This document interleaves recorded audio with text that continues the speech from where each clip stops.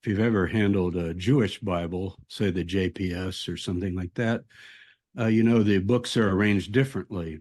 And it's not just, oh, the order doesn't matter. You just got to learn the new order to find the books. It's actually a very important conceptual difference that's going on. And so typically you have the Torah or the law, and then the Nevi'im, the prophets.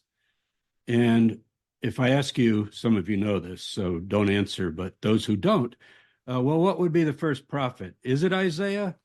It's actually not Isaiah, but it's not Jeremiah, Ezekiel either, or even Daniel.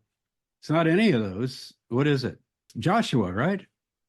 So you say, Joshua? Oh, I never heard him quoted by my evangelical friends as they're talking about the rapture and the signs of the Antichrist and so forth. They must have missed that. And that helps us to see. And then the latter collection is the writings in the book that most people think is the most prophetic. Daniel is not even in the prophets. And it's because of its dating, we think, and they weren't sure what to do with it. So the idea of the prophets, Moses is called in the Torah the greatest prophet. So that should give you a key. You think, well, where did he talk about the end of the world?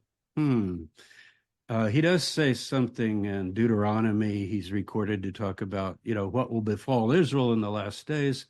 But it's basically blessings and curses and then different things about the tribes. But normally you wouldn't think Moses is the greatest prophet. If I say, who is the greatest prophet? People, well, I like Isaiah, or I like Jeremiah, or Ezekiel, or Zechariah, or whatever.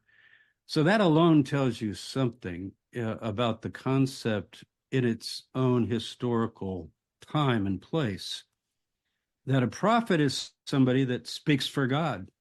Well, God likes to talk about a lot of things in the Bible.